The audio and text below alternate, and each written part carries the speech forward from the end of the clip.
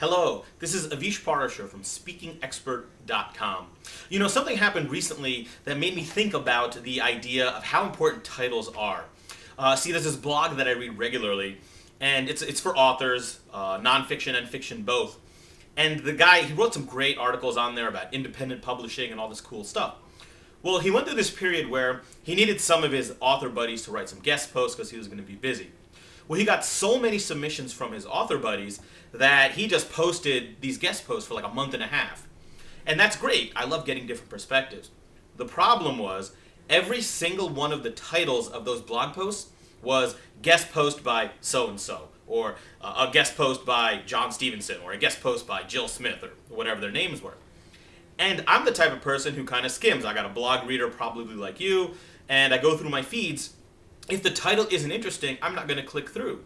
And so what I found is that as I was reading his blog now, in my feed, I would just see the title, and then he would start every single blog post the same way, which was, this month I'm taking the month off with guest posts. So I had to actually click through and then read down like 2 paragraphs just to find out the topic of the blog post. Well, guess what? I stopped reading this blog. I haven't read one of these blog posts in over a month now, and I'll still skim it, hoping that at some point he'll go back to posting the titles. Does that make me lazy? Yeah, a little bit.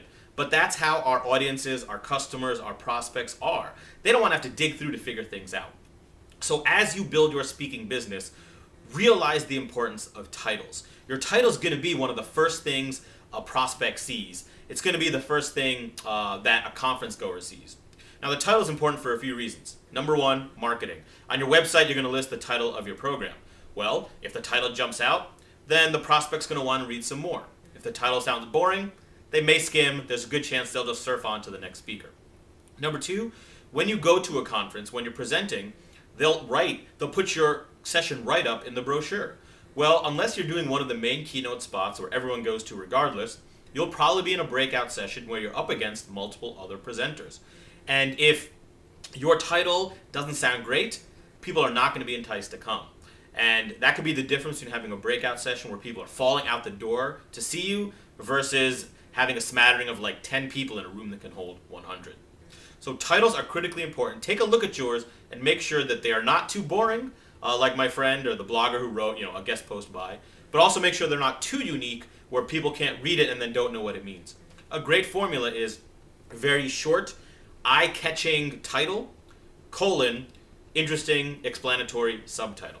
So, for example, my speech is Ding Happens, how to improvise, adapt, and innovate in an ever-changing world. The Ding Happens is a play on, whatever happens, gets a little bit of attention, makes people raise their eyebrows and say, wonder what that is. But then the subtitle gives instant information. It's about improvising, adapting, and innovating, and the word change is in there.